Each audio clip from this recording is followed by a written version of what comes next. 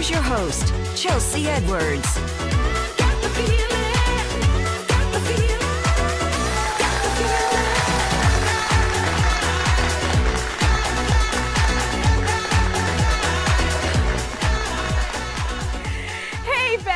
Welcome to another episode of Chattin With Chelsea. I'm your Daytime Bestie, Chelsea Edwards. We are keeping the celebration going because this year marks the 100th anniversary of Black History Month, and one show just wasn't enough. So today we are celebrating the rhythm and the resilience of Black history through music and storytelling. We have the international recording artist Dominique Hammonds here. He is going to present a soulful, maybe a little seductive performance for us. And also we have a news reporter turned best-selling author here to chat about her new book on the jazz legend Hazel Scott. It's so good, y'all. All right, but first we're gonna take you out to Midtown where the historic Red Cat Jazz Cafe is being reborn and giving new life to the Texas jazz scene.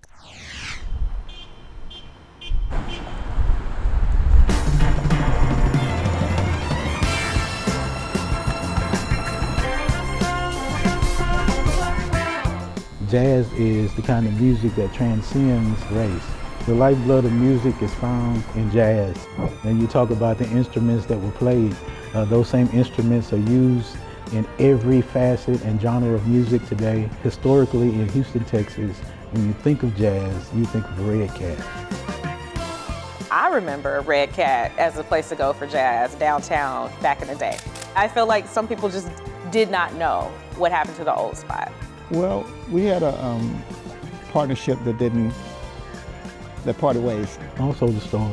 The Storm was part of it. How would you describe the Red Cat Jazz Cafe in its heyday, in its prime? I call it the modern day Cotton Club, 21st century juke joint. When anyone came to town, they came to hang out with us. Frankie Beverly would come by and hang out with us just for before a show, after a show. Maxine Waters, she came by, someone said, Red Cat's the place to go, and we've been friends. That's been over 20 years now. We had a lot of folks came out of our open mics to go on to national prominence. Logan Houston, one for sure. Spud Howard, he was here a couple weeks ago. Chris Mitchell. Chris Mitchell, of course.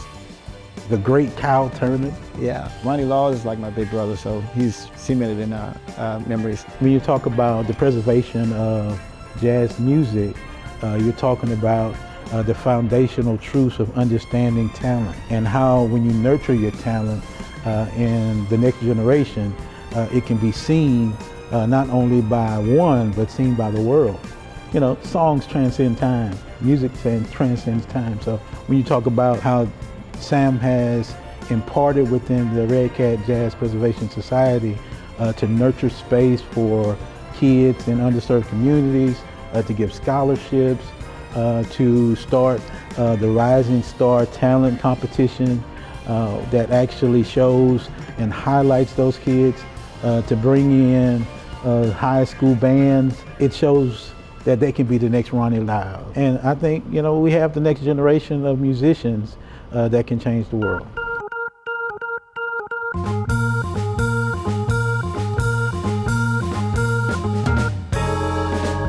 How would you describe the jazz scene in Houston? Is it hidden? Is it thriving? What is it? It just made a comeback. There was a desert for a while, now we're here, we're back. And you can just feel the energy rising from the return. In addition to the community work, you all also put on festivals during the time that the building was closed. So I gotta ask you this, why not just keep doing the festivals and everything else? Why did we need another Red Cat or Red Cat 2.0? Every time I tried to get out the business, someone kept calling me back. I mean, there's no argument. We actually got a report from Google that said we had like 39,000 searches last month. So I think now they know we're back. We kind of fulfilled that gap. So people are They looking. have a place to go, yeah. Yeah, people are looking for a place to go for jazz. The last festival, huge festival, we had about 18,000 folks there.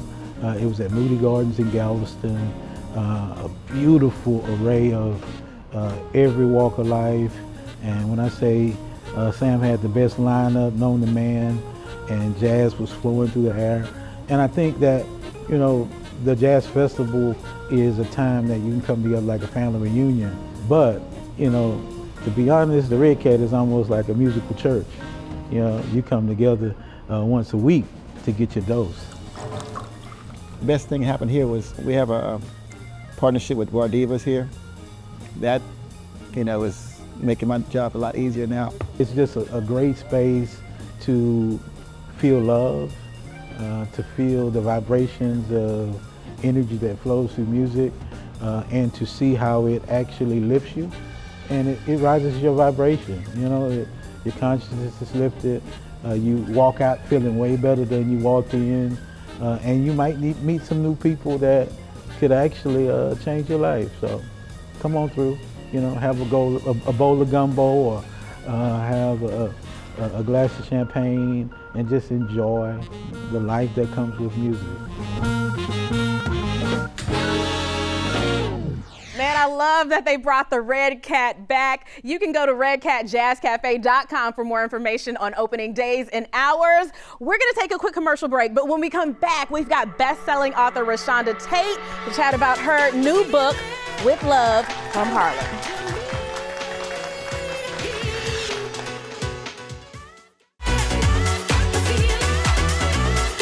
NAACP Image Award winner and best-selling author Rashonda Tate has produced more than 50 books, and she's here with her latest project. Welcome to Chattin With Chelsea, Rashonda. Thank you so much for having me. Now, I love this, With Love from Harlem, focus being on Hazel Scott. Yes. I am a fan because she was the first Black woman with her own TV show. With her, everybody thinks it was Oprah. Yeah, but here we are learning something new. Right.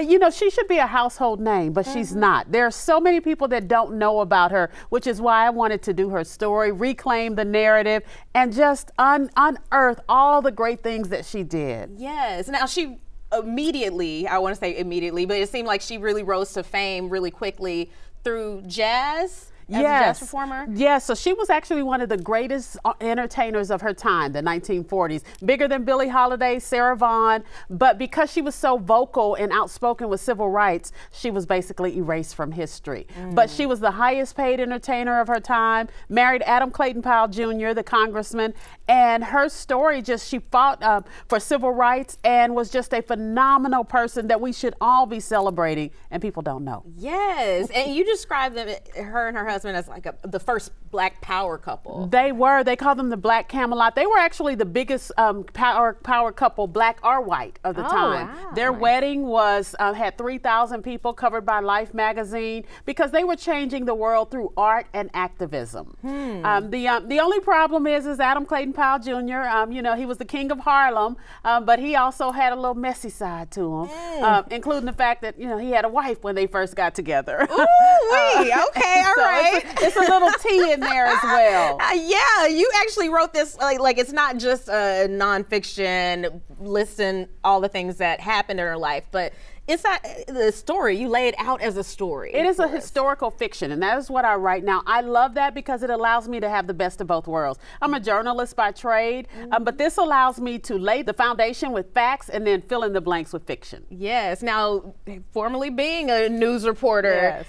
Did you already know about Hazel Scott and want to write about her, or was this something that you came across later on and you're like, let me dig deeper? Right. I wrote over 50 books in contemporary fiction. I didn't want to write historical fiction because that was too close to my day job as a journalist. But as I was doing my research for my previous book on Hattie McDaniel, I came across her.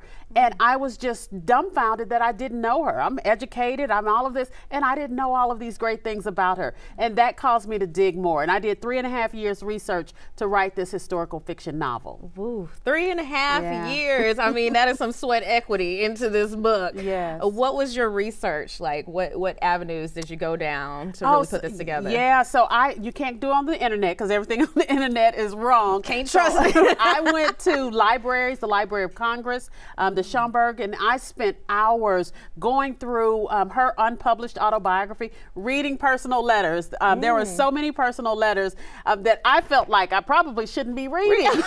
I told my daughters, burn everything when I die, because There was so much in her that she wrote, love letters, hate letters, and I got her story and insight into her by researching and reading those. I love how you like clutched your pearls thinking about some of the things you learned about Hazel. Yes. What was one surprising thing? Well, there were quite a few, not only with just all of the things she did and the civil rights things she stood up for, but her contentious relationship with Adam.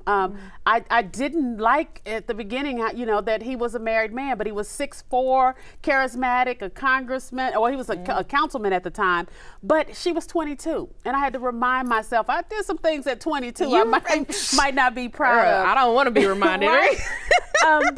So in the book is also Billie Holiday, so I was able to give a different side to Billie Holiday. James Baldwin, Miles Davis, Nina Simone, Langston Hughes, and then the biggest discovery for me was her relationship with Quincy Jones. Oh, wow. Yeah, so you should have seen me in the library like, Quincy, not Quincy. You're there rubbing your feet together. This is good. I was sipping my tea in the library, yes.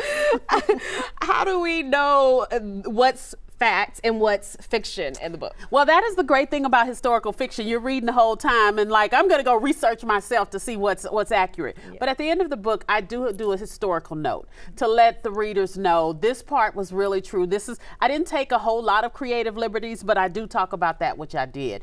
You don't know, for example, when you're writing historical fiction, you know the facts. You know she showed up at an event, but you don't know the curse words she used when she got there and saw her man with another woman. So I have to make up that part, but the foundation are the facts that we know. That sounds like the fun part. You get to interject, right? What do you say to people who may have not really delved into Black history like you have? Because it does sometimes take a lot of research with some of these characters who may have been hidden. Their stories may have been tucked away. What advice do you give for people who do want to dig a little deeper? There are so many of our stories out there. The reason that she was erased from history because they determined that she was a communist because she was too vocal in civil rights. So the whole Red Scare erased this woman from history. It is our job. That is how we exercise our power, by going and reclaiming those stories. People may think, oh, I don't want to read that. That's boring. This is our history. They're trying to wipe our history out, and the way you reclaim it is to educate yourself. And I love that I've been able to let you educate and be entertained at the same time. Absolutely, yeah. Go pick up a book, okay? Especially a good one like this. Are you already working on another one? I am. I love it. I have discovered that women were the foundation for the bootleg and moonshine industry. Ooh. I had no idea in my midst of researching. So my next book is on prohibition and how women were the network of making that work. Wow.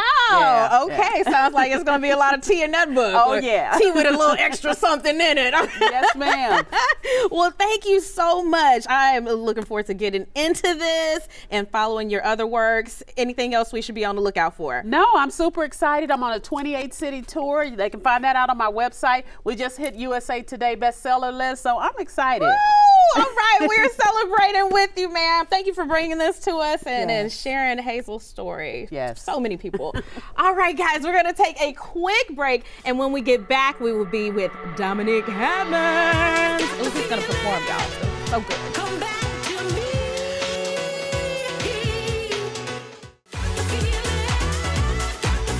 Dominique Hammonds is an international violinist in high demand for his performances from everything from classical to pop to R&B and jazz. I actually met you at a jazz event, and that's when I demanded that you come on the show. So good to have you on Chattin With Chelsea. Thank you for having me.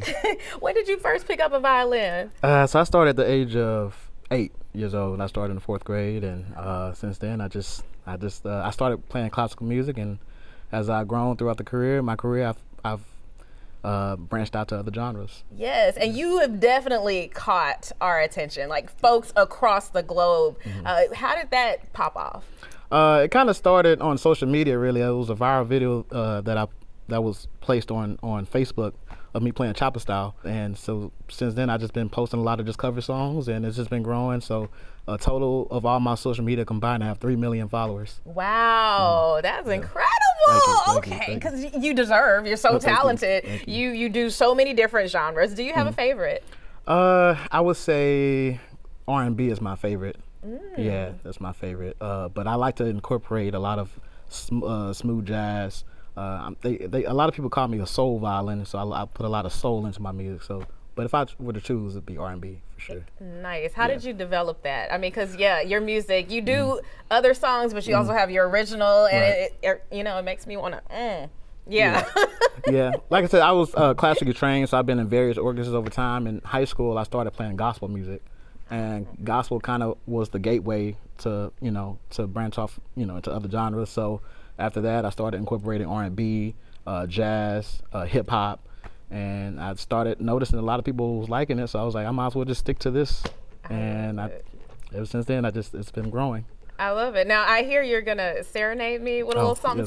Yes, ma'am. Okay. I'm going to serenade you with one of my original songs off my album, The Sweet Escape, called Transcend. Oh, sounds awesome. I'm going to get a little more comfortable then, if you don't mind. Okay.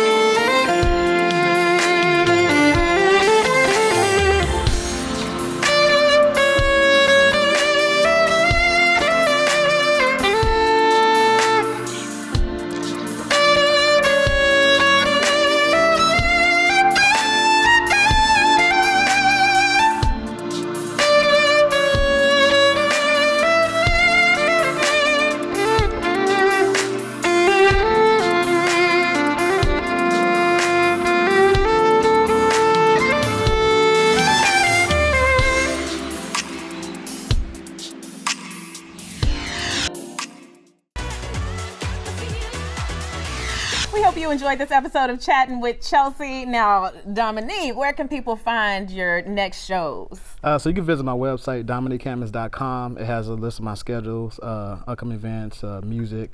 Also, be sure to stay connected with me on social media at Dominique Hammons Violin. It's my Instagram, also on Facebook.